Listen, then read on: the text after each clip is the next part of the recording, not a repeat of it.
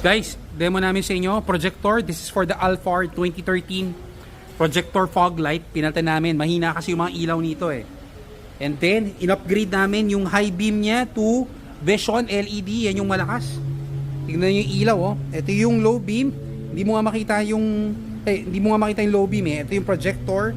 Ito yung high beam namin. Ito yung pinakamalakas namin na ilaw. So available yan, H4, H11, 9005. Tapos projector, this is for Toyota. Most of the units meron kami. So para lumakas yung ilaw, yung mga nadidiliman, ito yon. Ito yung magandang ilaw. Plug and play, 20 minutes, we're done.